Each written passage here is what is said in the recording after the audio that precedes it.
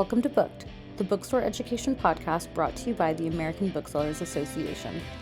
In this episode, we'll be listening to Empowering the 90s Inner Child, a session that was presented at Children's Institute 2026 in Schaumburg, Illinois.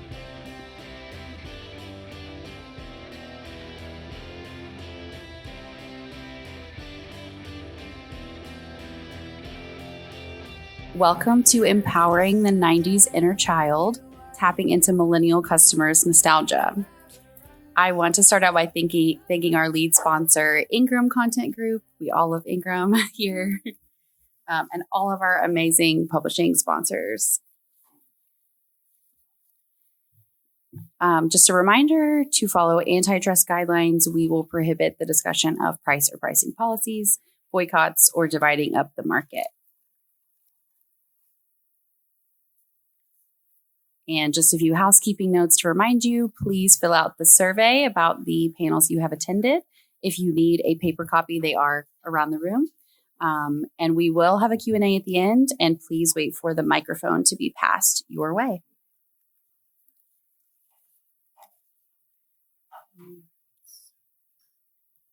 Our objectives for the session is to understand why millennial nostalgia is on the rise as a cultural and retail trend, to identify opportunities to position children's YA books and sidelines to appeal to millennial nostalgia, and to identify event opportunities that are inspired by millennial nostalgia and can connect different generations.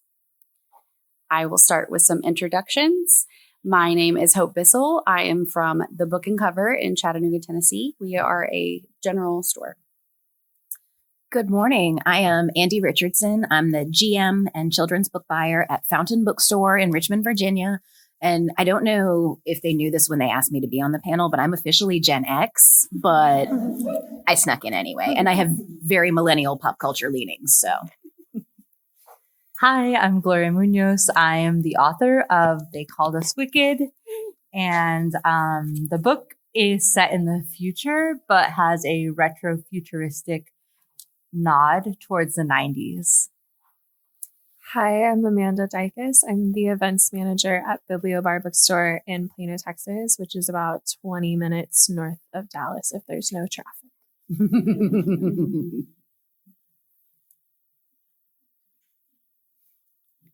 All right. We want to talk about what is millennial nostalgia. I don't know about you guys. I had one of these inflatable chairs.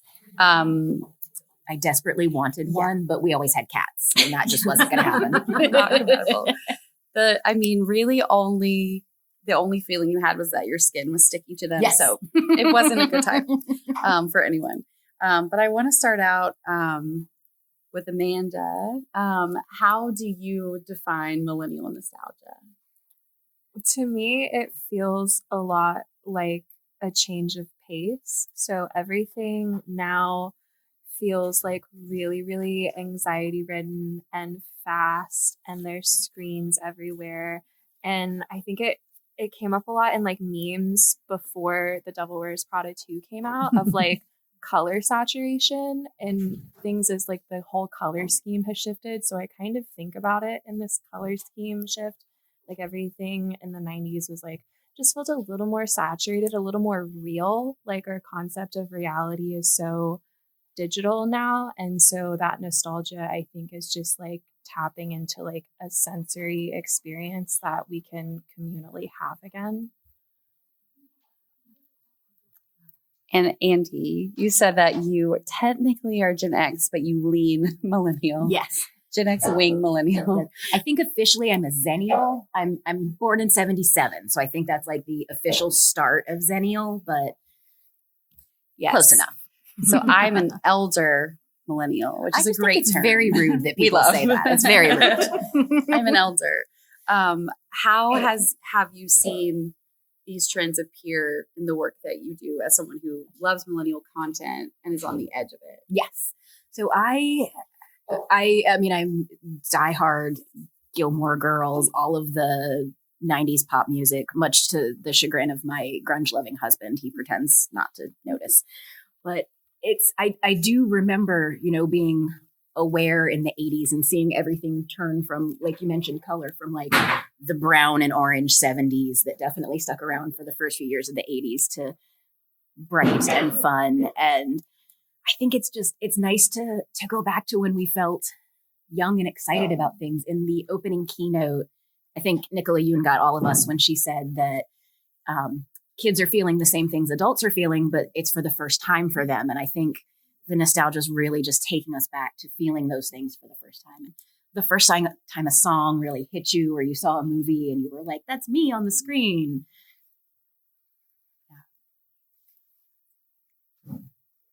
I'm going to have Gloria read her quote because we think it really sums up how it feels to be a millennial right now. We're a bridge generation, analog to overstimulated, childhood pre-internet, coming of age during the internet, and then we learn to adapt to new modalities. And I would love to hear how that shows up in your work. For sure.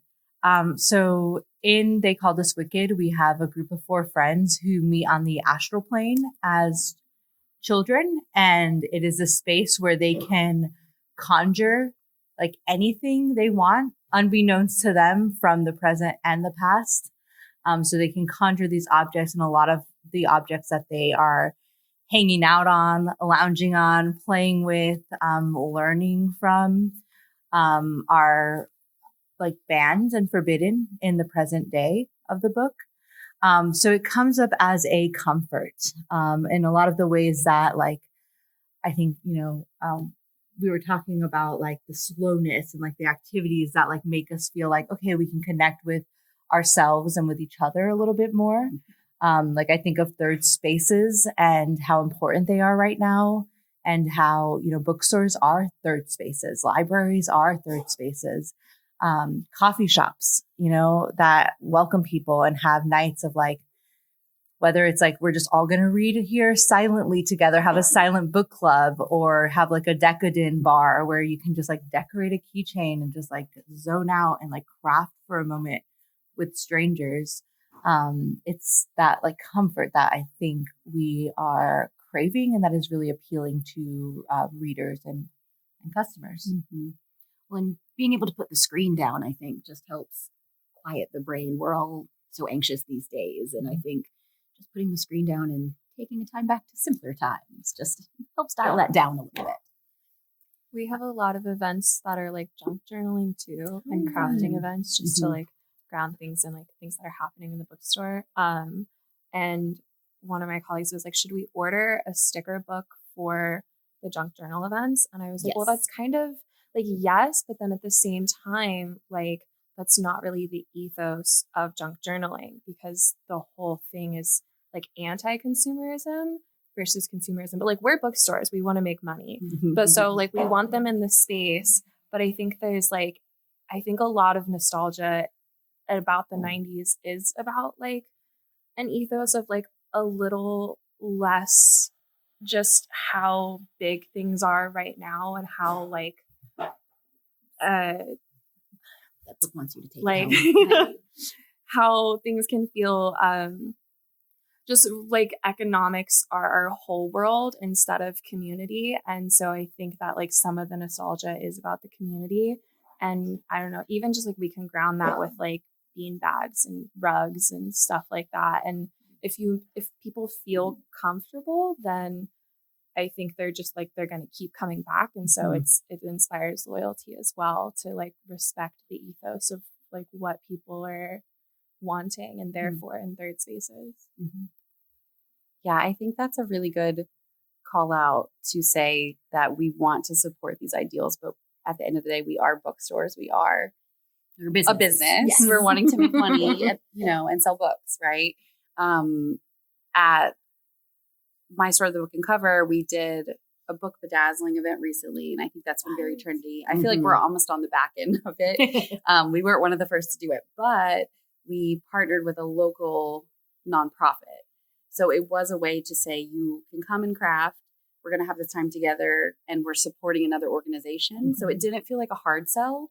It felt like more of a third space, and people could buy books. they were able to buy a book and bedazzle that book, or they could bring their own. We kind of structured it really open. And we still made money that day, which was great.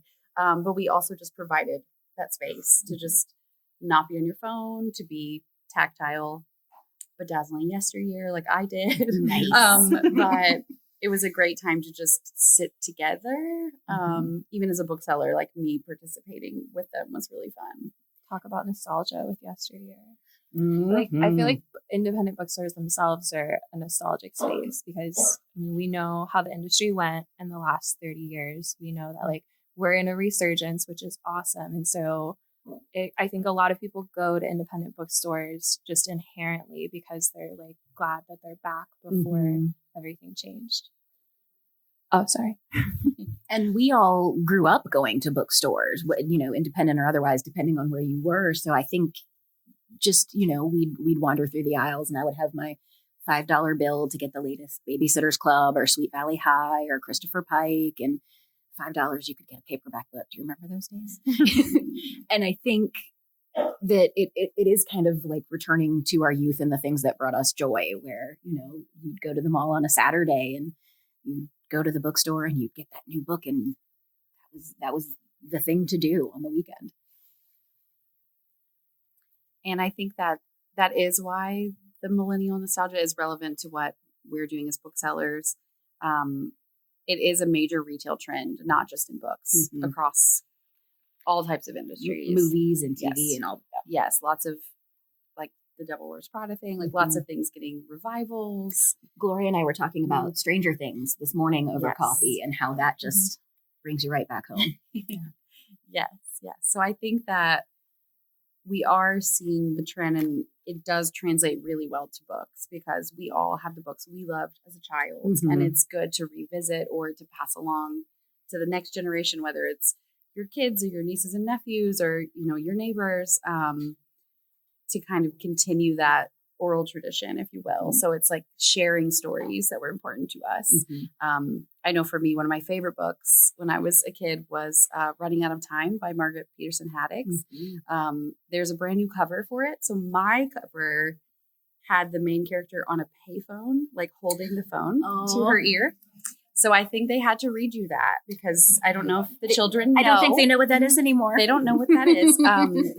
So the new cover is great. And I love that I get to say to a kid or a parent, hey, this book was one of my favorites and it's still really relevant, if not even more so. The Beverly Cleary is just an all-time favorite of mine. I have Ramona on my arm. I have cats named Beezus and Ramona. I'm a little obsessed.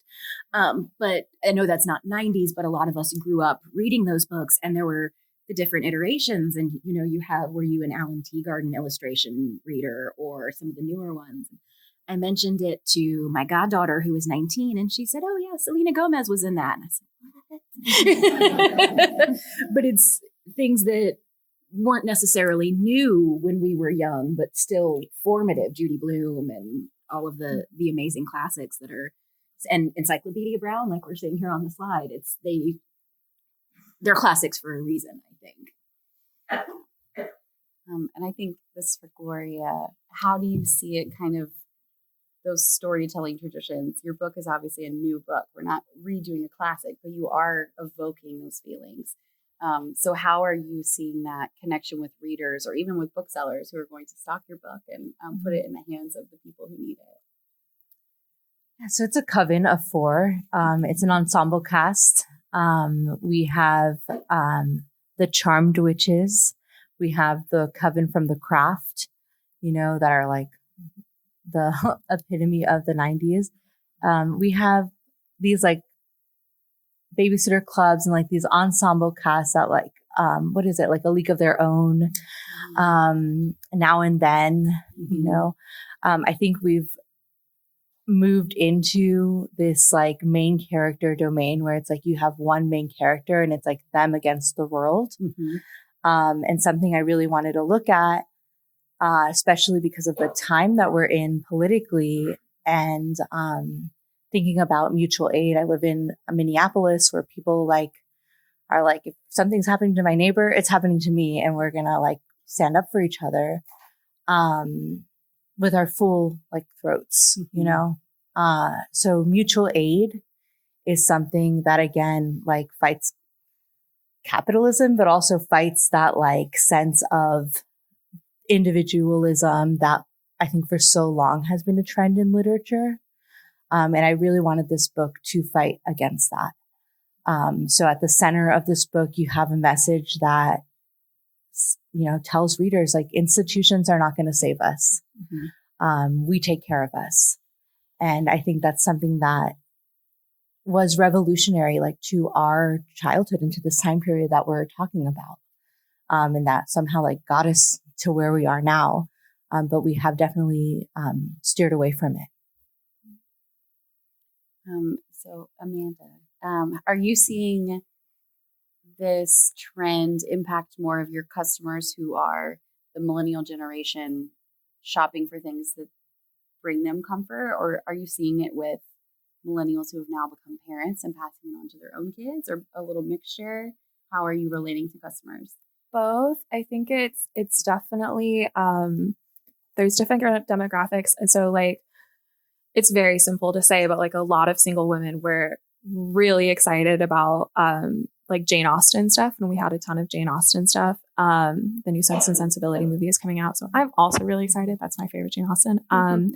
And even though that's not 90s nostalgia, I had this thought about how when you're a kid, kind of you don't think about like time in this way. It's someone gives you the book, and then that book becomes part of your own time period. Like Encyclopedia Brown, I loved those books. I couldn't tell you when they were written.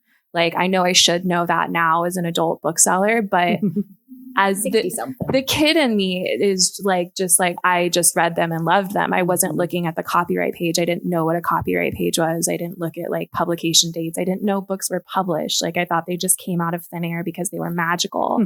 And so I think that tradition of like time kind of like bending and melding, that was something that felt very 90s, because it was like, you know, you're coming up on Y2K.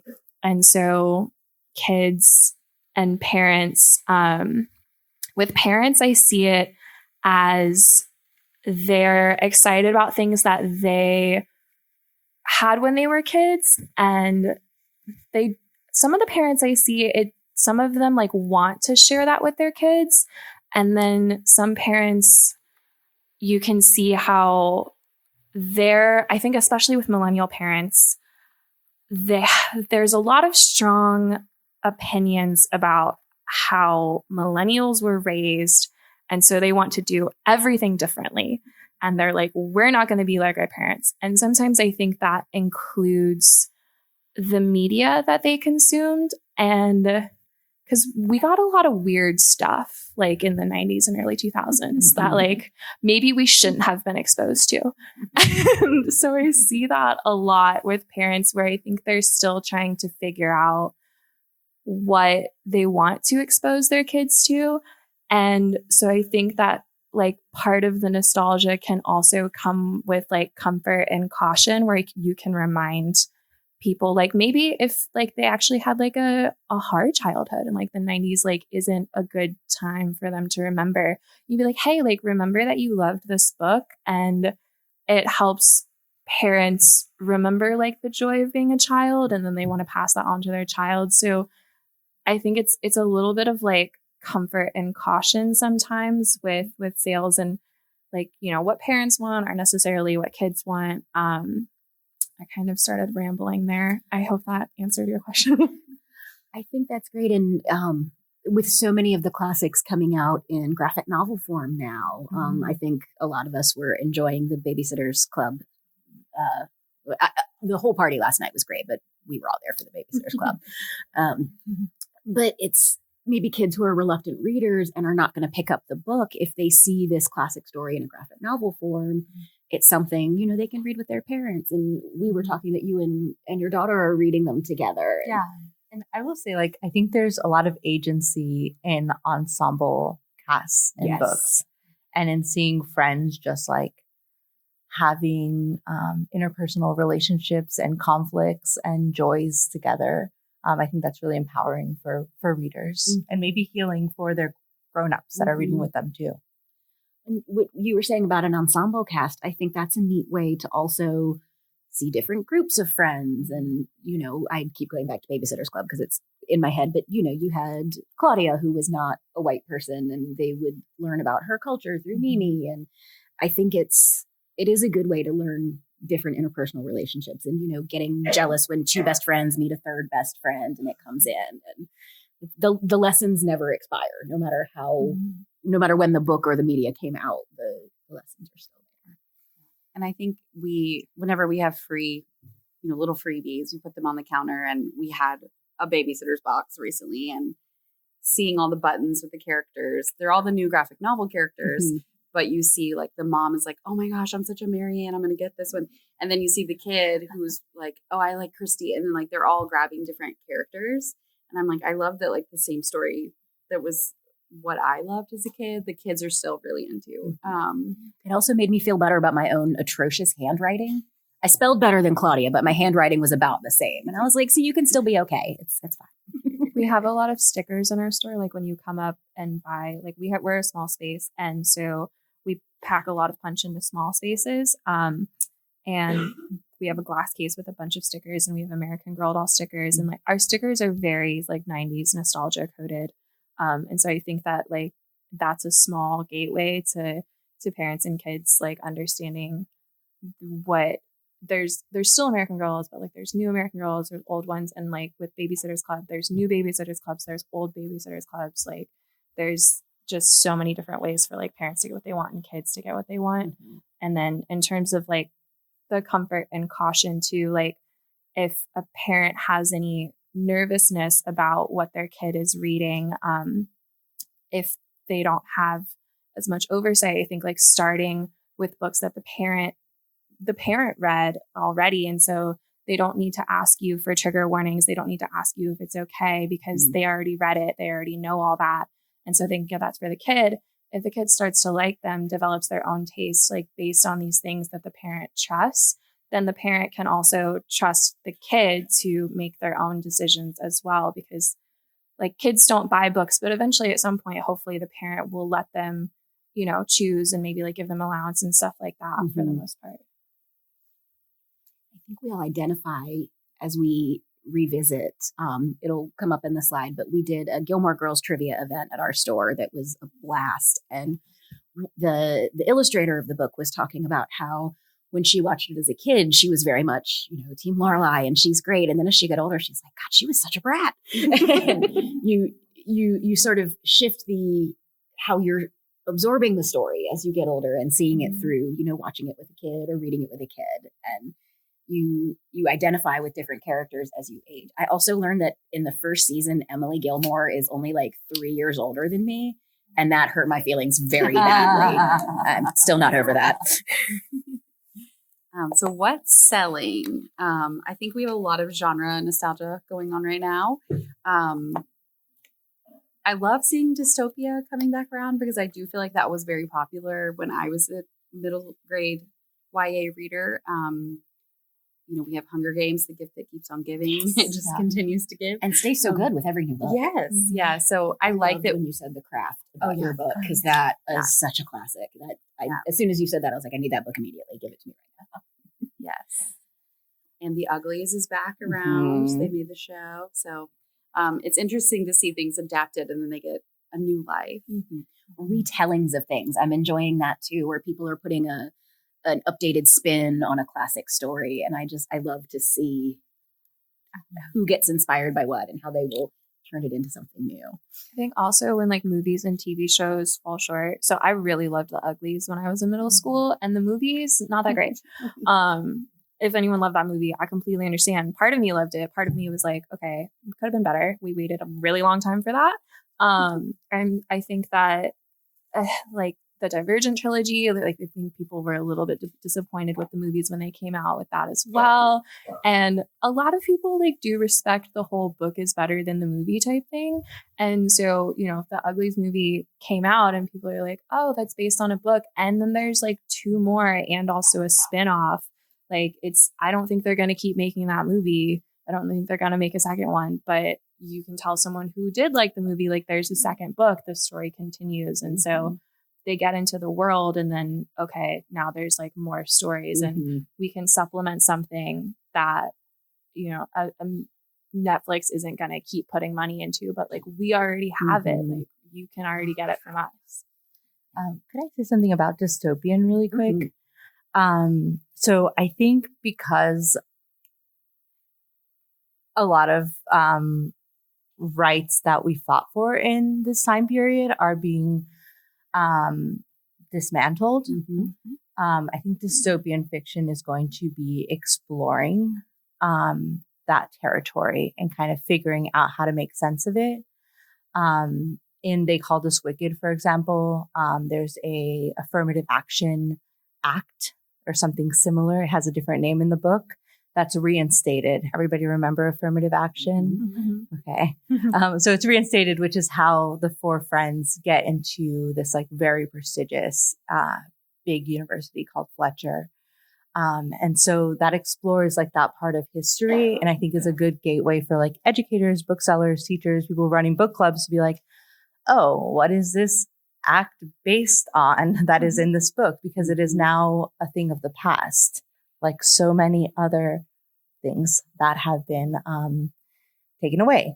And then book banning is also, and like censorship is something that I think dystopian books are going to be talking more and more about, like information, the narrowing and the sort of rewriting and reshifting of history and information.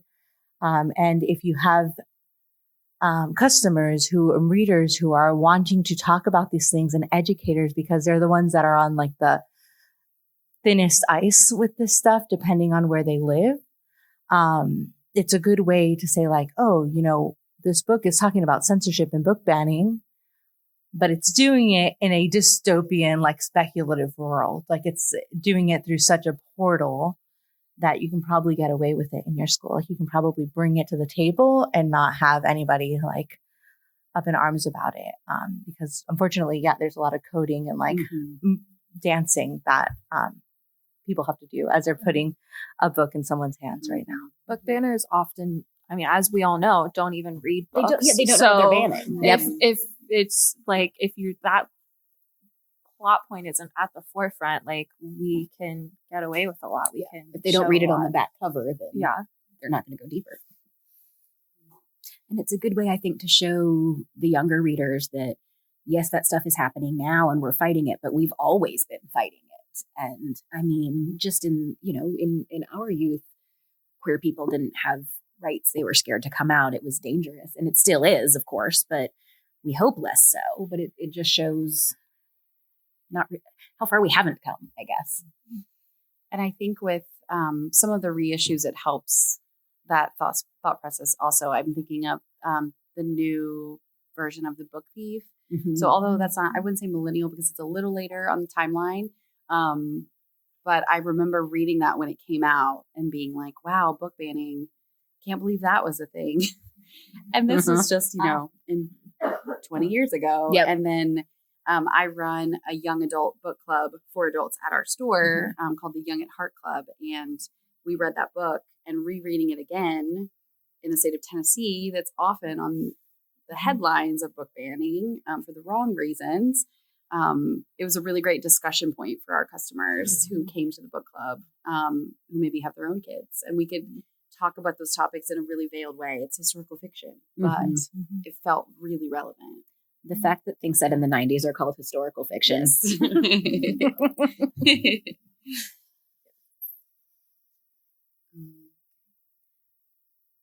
I would love to hear how customers have related to any sort of redesigns or a graphic novel adaptation, like a new spin on something that is a classic.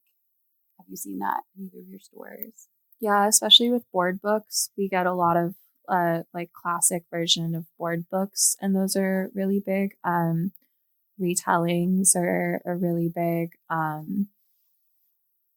People love like old tricks with new packaging, and it works because it's a lot of nostalgia is like about aesthetic, and so you can get the aesthetic now with the 90s story, or you can get a new story with a 90s aesthetic. Like there's so many different ways that you can flip flop that and still kind of come away with that same feeling. Mm-hmm. And I think the adults that are buying books for their kids are getting excited about, oh, I love the story when I was your age.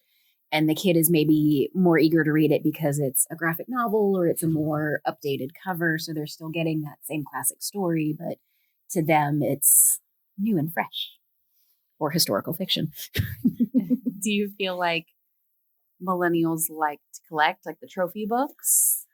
Yes.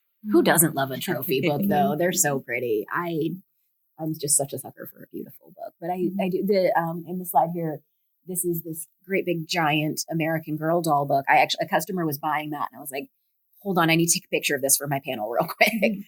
But I mean, those things are flying because the world is so on fire right now, and the things that take you back make you feel good. And some of the gift editions, if you are a Sense and Sensibility or just, a Jane Austen girly, but you've probably got a couple of copies of the book already, but you can get these beautiful digital editions, or like a candle that smells like Pemberley, or so you can turn that into some gift and sideline items, because maybe they don't need the book, but they love the vibe and the world that it's in. I would love to hear more about the junk journal thing. Are you hosting events? Are you providing supplies? How does it work? There's a couple junk journal groups that have reached out to us. So we haven't yet had to explicitly create our own crafting events, because we've had so many people reach out to us about wanting to host a crafting event in our space. So if you're not a really crafty person or not sure like how to go about that, we've had people reach out about zine making. There's a DFW junk journal collective. There's one that's called a Cozy Paper Club. They just reach out to us and they're like, hey, the DFW Junk Journal Club, they meet every month in different locations. And so they've met with us for a few times. And we really love when they do, because every time they come in, they buy a ton of stuff, because they're sitting in the space and okay, like we already know that you guys like in-person stuff, because they have all their ticket stubs and they have everything. It's like, okay, you're gonna buy books. Like they're not e-reader audiobook people, which we sell those too, but they're in the space, they're gonna like buy the things in front of them.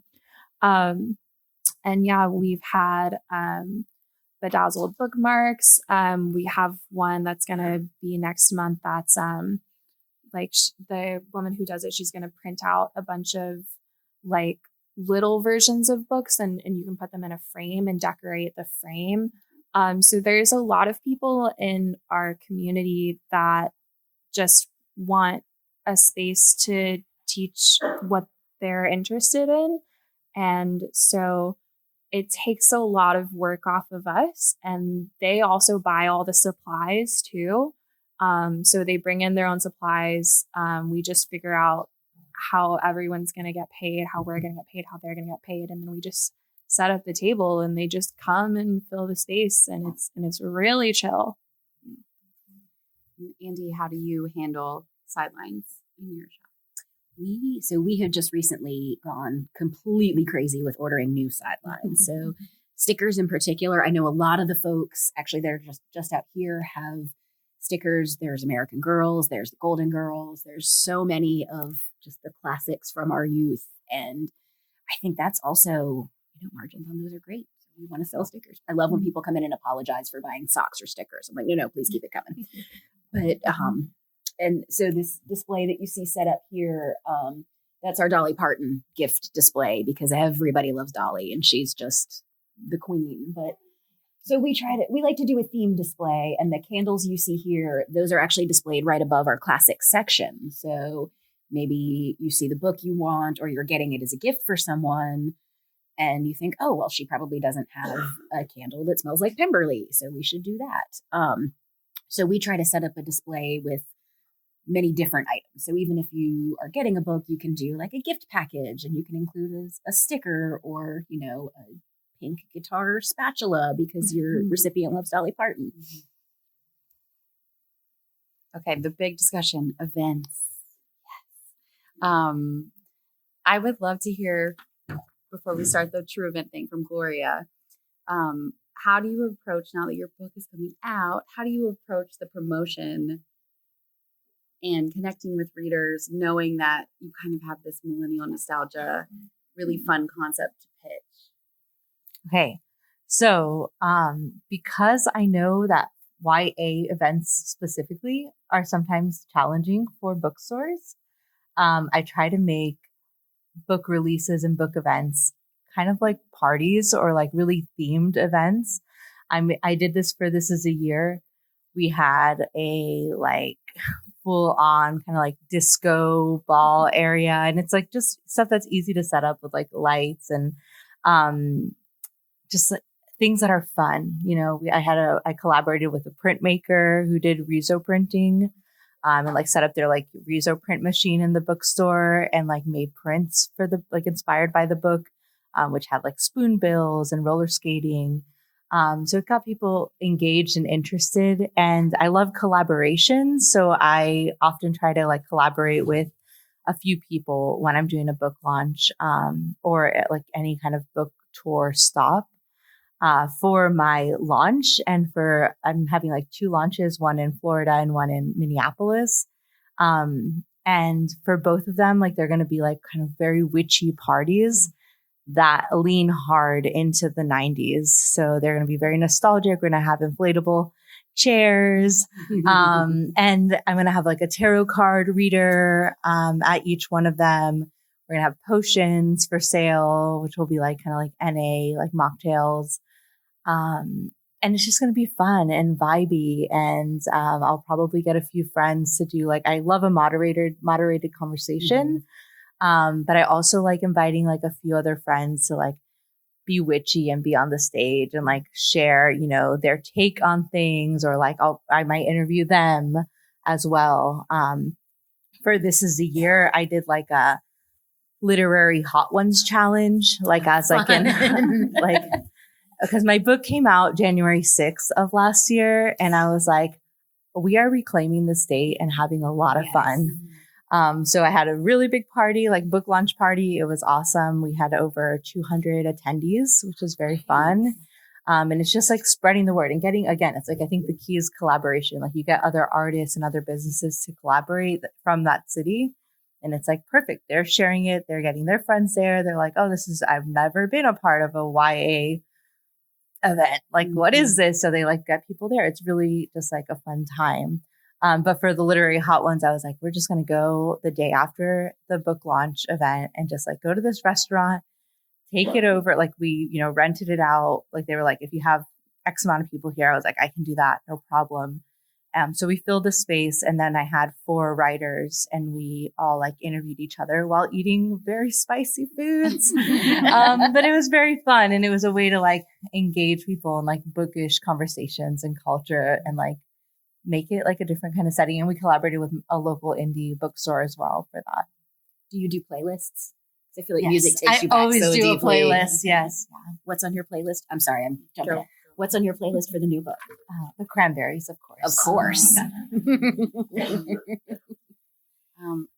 So we have an image here for a Clifford story time, which some of you may have also done at your store. So I'd love to hear about that. Yeah, I'm sure maybe some of you did it because it was a publisher email where they just sent us an email and they were like, hey, if you fill out this Google form, you can get a Clifford story time for Valentine's Day, which we did because we were like, well, we didn't already have a plan. And I was like, cool, that's the plan. Definitely also supplement what the publisher is giving you with your own backup plan, because when we got the Clifford book, it was about this big and that's not story time size. So we were like, okay, we need another bigger Clifford book. So I think the publisher stuff is good for inspiration. The Where's Waldo event, we're doing Where's Waldo in July. Yeah, right. Like the publishers like want to help out, and we have a lot of new bookstores around Dallas, and so they're not clued into stuff like that. And so if you are a new bookstore, publishers do send out a lot of Google forms like that. You can fill out Google forms for I forget which character costume was it Dogman they'll send you character costumes, like they'll send you event kits. They'll send you so much stuff, and it helps a lot because if we don't have some like an idea already, then we can just go with that. And they got a lot of backlash. So, and then we had parents come in being like, "Oh my gosh, like I forgot about Clifford." And I was like, "Yeah, did you know February 14th is his birthday?" Like, and so it gets them excited because they like forget and then they remember. And when you remember something that you love, it's like such a good feeling. Publishers really do love that kind of thing. If there's one thing I've seen a publisher love, it is when you have a new or different idea for an event. They will help you with that. If you're not sure, just reach out to your rep and say, "Hey, I love this book. I would love to try to come up with something a little bit different, a little bit off the wall." Most folks will happily help and send you marketing materials because, they have warehouses full of that stuff that they want you to give to folks. So it's a really great way to support events and just get the word out. Collaboration in general, I mean, because that's kind of what we're talking about with publisher collaboration and then the ensemble groups. So our store is on a downtown street and a suburb. So we have a lot of businesses around us and we like to collaborate with them. So just figuring out who's around you, who's open to doing stuff with you. Like we have a pizza shop on our street. And so for adults, we did kind of like when you're a kid, like the summer reading list, like fill out this log and then you can come get something. And so we have, it's for adults, so definitely not for kids. This iteration of it was a dessert store called Better Than Sex. And so they could, if they read like 10 romance novels, they would fill out the log and turn it in. And then they would get like a spicy bookmark and chocolate covered strawberries. Nice. And we have a pizza shop on our street. So it's like, okay, we can do this with kids and they can get like a free pizza. Like there's book it's coming back. Yeah. There's so many ways that you can just, the things that you've already experienced are already there. Like you don't have to reinvent the wheel. You don't have to come up with something new. Like if you just like look around and be like, okay, that it's just, I'm a big fan of making things easier for myself. So just reusing ideas. That's kind of what nostalgia is a little bit. And collaboration is so nice when, you team up with your neighbors because you each have customer groups that maybe don't know about the other. It's such a great way to elevate everyone. And most places would love to work with their neighbors and, a pizza place would love to team up with a bookstore. Yeah. The Where's Waldo, especially, I mean, that got everyone in the downtown together because our owner sent out an email of like who in downtown is interested in hiding a Waldo. And so it was like everyone downtown wanted to hide one. And there's a ton of different places. And so you figure out who's around you. And I mentioned earlier that I run a book club at our store. We do about 12 to 14 book clubs a month that we facilitate at our store. It's a big part of our community. Yes. We do about 8 and I thought that was a lot. Yeah, it's a lot, but it's also like, we feel very connected to our readers all the time, which is really great. But for the young adult club, I try to either collab or poach other booksellers clubs because I do think that there are people who still won't read a kid's book because they think, oh, it's a kid's book. But there's so much beautiful writing and stories out there. So sometimes I'll pick a classic like The Catcher in the Rye, and then I steal all the classics folks.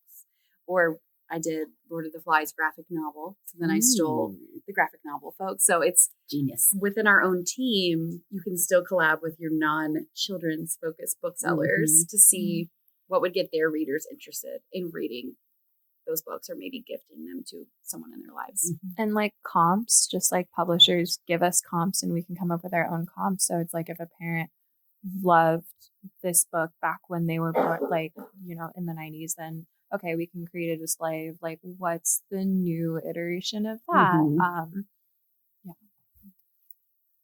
And you mentioned your Gilmore Girls trivia. It was so much fun. Yes. So this book pictured is Meet Me at Luke's. It's by Christine Eckert and illustrated by Laura Marr. And Laura actually lived local to us. So they reached out. We had so much fun. And they came prepared. The author and the illustrator do this all the time. We just had to provide a space and books. And it was so much fun. We had a little prize pack. So the first place winner got a gift card to the store. And the second place winner got like a Gilmore Girls coloring book and oracle cards. Like we just pulled some of the themes, but it was so much fun. And it was a great way to sell books and get people engaged. And we at Fountain, we try not to do author reading events. We want it to be interactive. We like people in conversation. We want the audience to feel like they're a part of it. So that was just a great way to get everybody in. Everybody loves a trivia night, and the Gilmore Girls fans are diehard. And some of those questions were really deep dives that I would have thought I did what I bombed. But it was just a great time. People showed up in like themed shirts, and it's just a really fun way to take it back. There's also a photo of an event we had at our store at the Book and Cover. If any of you are Buffy fans, we had a once more with pie filling. So instead of filling, night. So we had a local pie baker who made a custom menu for us, all based on Buffy. And our community could come, they could buy a pie. We had like some refreshments. And then if they wanted to shop for books, great. But it wasn't a specific book event. It was really just, let's celebrate that we all like the show. And then people get to know your store and they think, oh, these folks are all obviously fun. We like the same things. I'm going to come back and buy books because I trust that Hope is going to pick this out because I understand her taste. Yes. And a lot of us dressed up and, really just had fun with it. And it's a good way to rethink your space of, it doesn't have to be such a hard sell of like, and this is the book you have to buy. It can be, we're your third space. We're having fun. Also, here's the book I just read that I really loved. Yep. And just like sneak it in. And when people are in situations like that, I mean, I know it gets me every time. If I'm having fun, I'm like, I will buy every book in this store. And it's, you get caught up in the energy and the vibes. And then the next thing you know, you've got customers leaving with bags of stuff because they just had the best time there. Mm-hmm. Yeah. Have you had any similar like cultural throwback events? I'm trying to think. Not that I can remember at this moment, but definitely like the loyalty that comes with fun is very there. And our owner, we kind of like cultivate a vibe.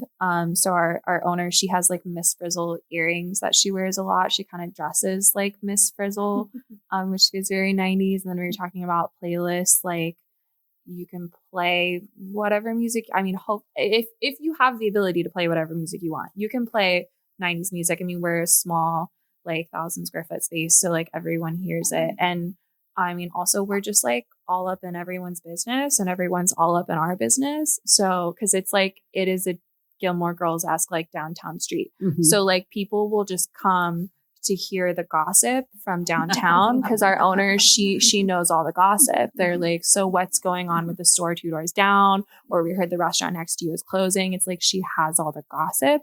And so it's very much like a community. And then people are hanging out. And then it's like, oh, we're hanging out in a business. We're also going to buy some books because, I mean, they're readers. Like they want to buy books. It's not like you're forcing anything down anyone's throat because we all want to read books. So it just kind of becomes a fun space where it's like, oh, I'm combining two things. Like I get to hang out with my friends who work in a bookstore and they work in a bookstore. I love books. And like, so it's just kind of like bringing everything down. It just like becomes really chill. I think I keep saying chill, but that's kind of to me the 90s vibe. It is. One of my favorite cafes in my city is called Muna Muna, and they have and they have a bunch of bingo cards, and they're just like free. They have a bunch of like free stuff by the door, and like they'll have like stickers and keychains and like a artist like little spotlight area or like a swap. And then they have bingo cards, and one of them is 90s summer. And they all require like supporting local businesses or like finding something in the city, like visiting like a free, like a lake or a park or whatever, and taking a photo there. But that kind of interactive, like playful stuff is also really fun. Like I've done like they have like 3 different bingo cards you could do. And I've done like all 3 of them this summer. I'm like, that's such a fun I love a perk to get out and about. That's really neat. And you get a free coffee. You do it. You get a friend. Like, who doesn't love a free coffee? I love coffee? A free thing. Yep. And those can be themes for like book displays. Like I've been thinking like while we've been here, like, okay, Like a book display can be generational connection, because we've seen so many books about, like, there was one I said that was like Dad Look, where it's a kid trying to like get their parent to pay attention because parents are on their phones a lot. We saw that when we were in the pool on this conference, when all the little girls were here, and these kids were in the pool and they're like screaming and trying to get their parents' attention, and their parents are just sitting on their phone next to the pool. And so like the kids are playing, trying to get parents' attention. So that's, I think, a big part of events as well, is pulling parents in too when they're not paying attention, trying to get parents involved. And yeah, just like nature displays, because more as time passes, like we're losing our natural resources. And so that feels nostalgic, unfortunately. And then things like analog displays, where you're just, there was I think it's at Beaming Books, or it's like a connector. It's almost like old school multiplication, but then you connect. There was one that was like a dinosaur one. And so on a paper, you would just like draw that line, but it's this thing that they can flip and hold, and there's a thread, and you connect like, okay, this dinosaur has this tail. And to me, that's like kind of like a little more dexterity, like a little more involved. It's a toy that can take with them. So just like little activities like that in books, I think, are cool for displays as well. Yeah, I like this 90s summer thing we keep coming back to. And I know it's a trend and, on TikTok and things, but I was thinking too, the thing about the 90s summers that we didn't have social media yet. Thank goodness. Yes. And maybe our parents didn't even know where we were all day, and we just had to be home before the streetlights came on, So I think there is, as a millennial, there's like that longing of like, what if I didn't have to check my phone today? Or what if I could just fully, turn off all of my apps? And the best way to do that is by reading, and just being lucky enough to be able to step away from all of that when you want to. But I think that could be a really cool display, like a 90s summer, book display, and put some sidelines in there. Just get people. And light, excited. Like one thing I've been thinking while we've been here is that we need to change the lighting in our kids section. Because currently it's a little too dark, but also like street lights don't look the way they used to. Like everything's like so bright and LED now, just like the color saturation I was talking about. And I don't know, there's just kind of like this glow about everything when you're in the 90s, when you're out in the summer. And I don't know, just like creating a space where things feel like that, like changing lighting, changing music, changing, putting a candle on. It's like creating a sensory experience. I think is a big part of nostalgia. Yeah. Music and scents, especially. If I could bring back my Debbie Gibson Electric Youth perfume.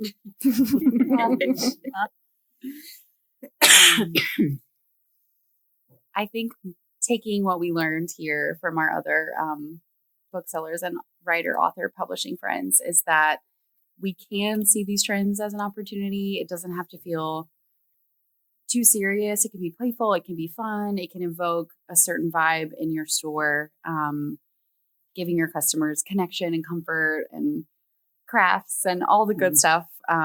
Plus just connecting with humans, which is what we do as booksellers every day.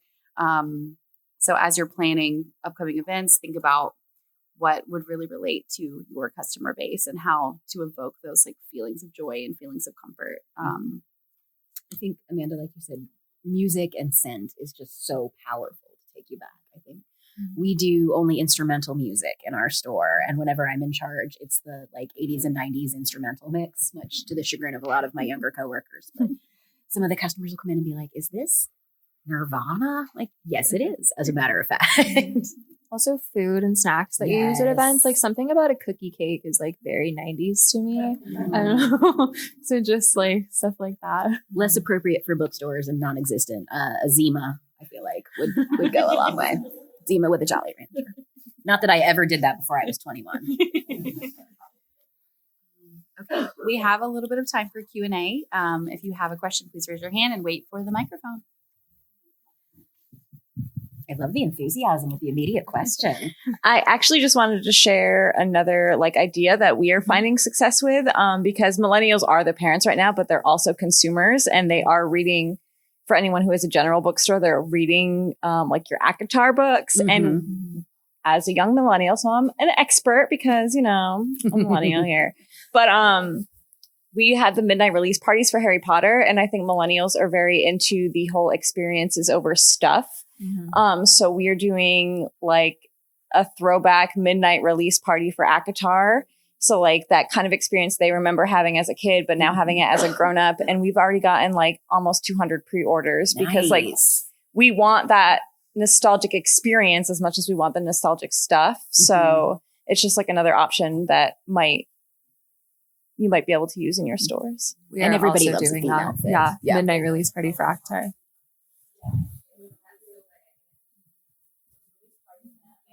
Yep.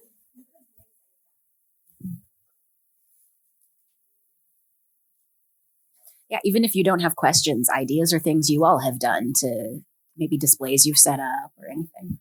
If you're a millennial, you could be on this panel. Like, if you're Literally. a millennial, you're already an expert in this. We actually have an animal guy in our area that everybody loves. His name is Jungle Terry. He brings snakes and like all kinds of things. So he comes in all the time with his grandsons who help him. So he offered to come in, and he charged us nothing just because he is from the area. But he brought so many snakes and everybody loved it. We charged nothing since he charged us nothing, but I'm sure they would have paid for it because they love Jungle Terry. But we had a huge day in like March, which is obviously a terrible time for most retail. And they loved it. We had snakes and like bunnies, and what else did he bring? Hedgehogs. But that was a really fun one that kind of it was obviously a big kid event, and parents loved it. We were over capacity. For sure. We have a local foster bunny rescue that reached out about doing an event. We don't know how we're going to tie it into like making it sell books, but we really want to cuddle these bunnies. So I'm like, we're going to figure something out. My coworker and I just went down the list, and we were like, we want that one and that one and that one. We had a book release party for Cat Love, which is an adult novel. We had kittens all over the store.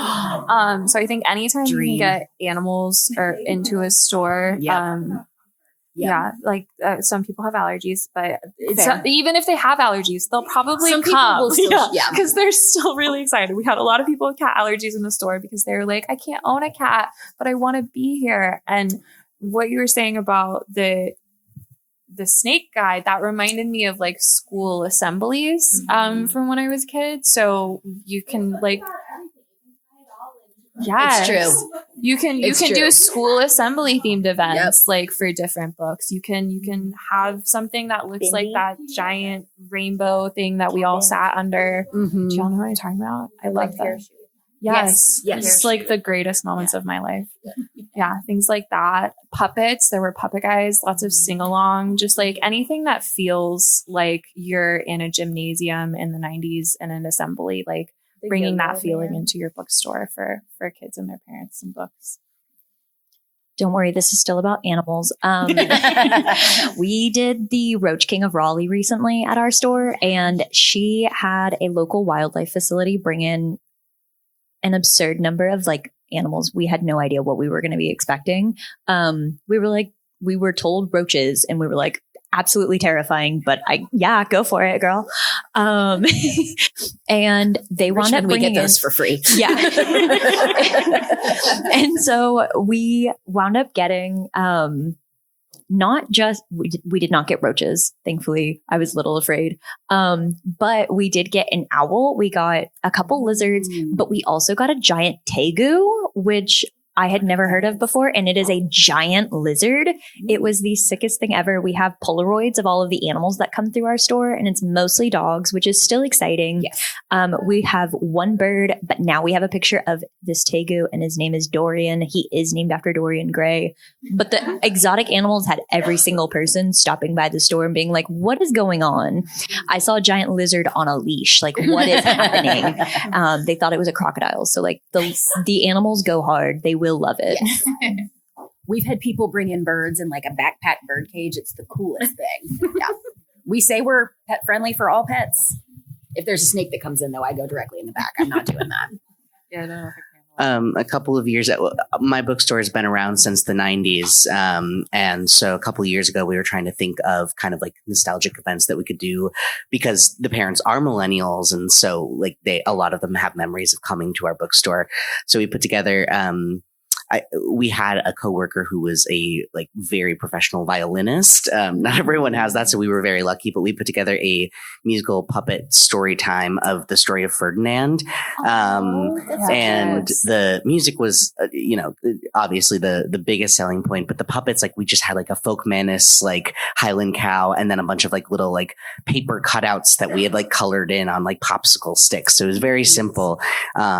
But there was a huge draw for it. I made like maybe 200 paper flowers that we passed out to all the kids to like hold so that Ferdinand could come and sniff them. So just like very like analog, and so fun. And yeah, people love a craft. People love a craft. Yes. Whether you're good absolutely. at it or not, it's just fun to fiddle with glitter and markers and make pretty things. Maybe not glitter. Yeah, actually, as soon as I said that, you're right. I take it back. You're right. I was going to add, we have done game nights for a while, but my lovely staff had this brilliant idea, and they were creating custom clue for books. Ooh. And so they would create their own board and then choose the 4 weapons or however many they were and make all the cards. So it's very time consuming, but they got a kick out of it. And we've shared some with the authors, and they also got a really big kick out of it. So it was a really fun thing. I'm writing that down. Thank you. Thank you so much to everyone for coming. Here's our contact info. Don't forget to rate your session, and please stop by and say hi to us. Thank you all so much for being here, especially after last night's party. I'm impressed we had a full room. Claps for y'all. Thank you for listening to Booked, the bookstore education podcast brought to you by the American Booksellers Association. Don't forget to subscribe to the show on your favorite podcast app.